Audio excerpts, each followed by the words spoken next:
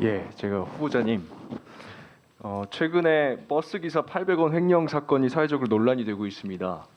이 사건이 어떤 근거에 의해서 이렇게 판단이 되는지 간략하게 말씀 주실 수 있습니까?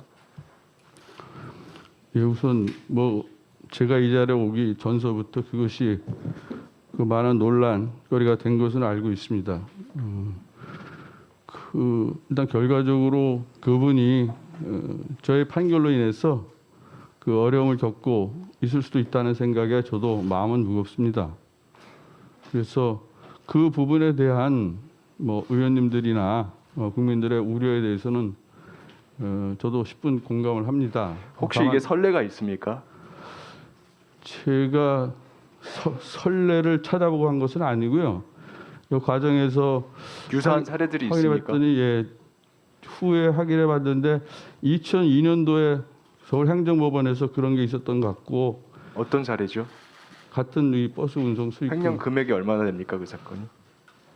그 사건의 금액은 기억을 정확히 못하겠습니다. 그런데 2017년 정도인가 그 2,400원 이 문제된 사건이 있었던 것 같습니다. 네. 그리고 저희가 확인을 해보니까 2017년 2,400원 그 사건이 유일한 사건이고요. 그 외에는 이런 소액을 횡령한 것을 이유로 버스 기사 해임한 해고 판결을 한 사례는 없습니다.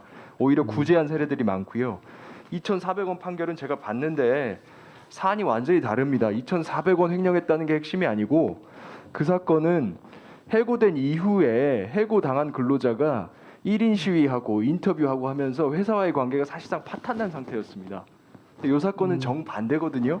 오히려 해고당한 버스 기사가 무릎 꿇고 빌고 차라리 형사처벌해달라고 하고 다른 회사에 내가 취업을 못하니까 항소 취하라도 하면 취업해주겠냐 요청하고 이런 사안이거든요.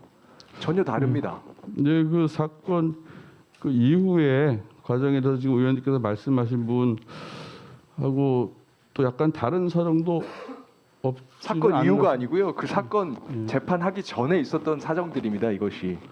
예, 잠깐 저 영상을 좀 보시죠.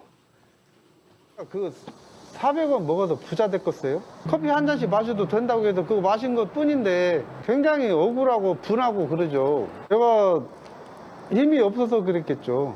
배운 게 없고 법도 모르고 약자니까 아마 판사가 더 쉽게 판결을 내리지 않았을까요? 무전 유죄, 유전 무죄. 저희가 저 영상에 나오지 않은 추가 영상을 가지고 있는데요. 버스 기사 이야기가 이렇습니다. 하루 벌어서 하루 먹고 사는 진짜 월급만 가지고 살아가는 사람인데 한순간에 직장을 잃어버리니까 정말 죽고 싶었다. 차라리 경찰에 고발을 해라. 그럼 내가 재판을 받겠다. 바짓가랑이라도 잡고 무릎에 꿇고 매달리고 그랬다. 이 사건으로 인해서 낙인이 찍혀서 10년 동안 직업을 못 구하고 있다. 막노동하고 쓰레기 줍고 이렇게 하면서 5가족 부양하고 있다. 아이들이 셋이 있었습니다. 혹시 알고 계십니까? 잘 모르고 있었어요. 재판 과정에서 심리는 안 하셨어요? 그 부분 기억이 좀 없습니다. 고등학생, 중학생 한 명씩 있었는데요. 가족들이 생계에 큰 타격을 입었습니다. 후보자님, 원래 재판하실 때 이런 부분들은 심리 안 하십니까?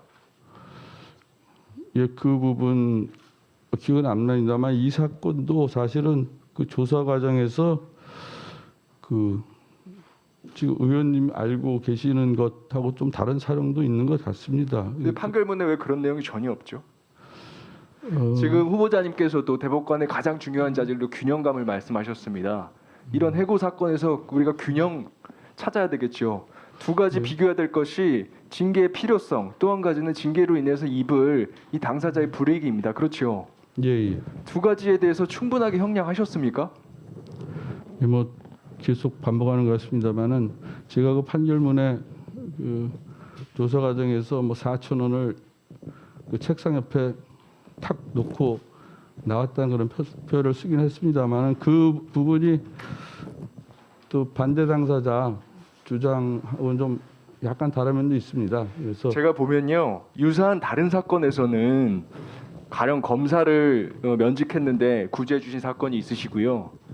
국가정보원의 고위 공직자를 구제해 주신 사건들이 있습니다. 향응받고 또 사실상 갈취한 사건들, 이런 사건들에서 구제해 주셨는데 그 사건들을 보면 그 당사자들의 속사정을 상세하게 심리를 해주셨습니다. 판결문에도 왜 이렇게 향을 받게 되는지 그 경위에 대해서 살피시고 이 면직 처분에 이래서 이 사람들이 받을 불이익에 대해서 다 설치를 하셨어요. 근데 이 버스기사 횡령 사건에서는 그런 걸 들여다보신 흔적이 전혀 없습니다. 그리고 이게 사회적으로 이렇게 논란이 되셨으면 충분히 성찰을 하셨을 법도 한데 제가 지금 질문을 해도 가족이 몇 명이었는지 이후에 이 사람 삶이 어떻게 되는지 전혀 알고 계시지 않습니다. 균형이 너무 없으신 거 아닙니까?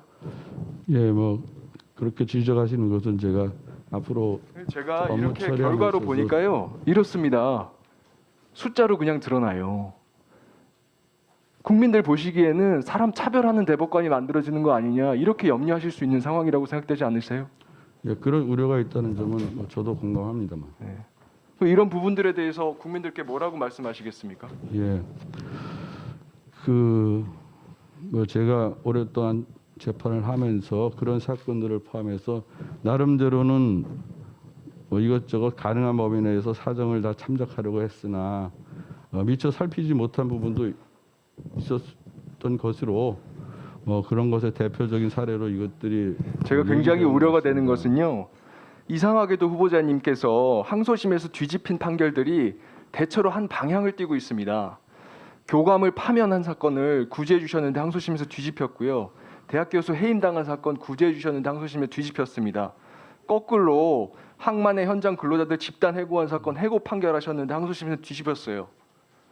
이렇게 오히려 사회적인 약자들을 배려하는 그런 따뜻한 시간이 필요하다 말씀은 하시지만 실제 판결은 사회적 약자들에 대해서는 별로 몰입을 안 하시고요.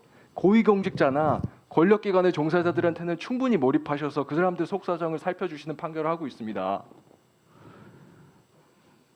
예, 제가 주로 파면 판결들에 대해서 잠깐 말씀드리면은 예, 저희가 재판할 때 공직자 제가 마지막으로 드리고 싶은 말씀은 충분히 성찰을 하시고 오늘 중으로 저희에게 이런 대법관을 저희가 국민들한테 선사를 해도 안심할 수 있는 것인지 앞으로 매년 4천 명 이상 재판하셔야 될 거 아닙니까? 그렇죠. 6년이면 2만 4천 명입니다. 2만 4천 명의 당사자들이 후보자님 판결을 받을 수도 있습니다. 2만 4천 명의 국민들에게 저희가 이런 대법관 후보자를 선사해도 안심할 수 있는 것인지 그것에 대해서 성찰을 하시고요. 저희들이 좀 안심할 수 있는 답변을 주셨으면 좋겠습니다. 예, 이념하도록 하겠습니다. 네, 수고 많으셨습니다.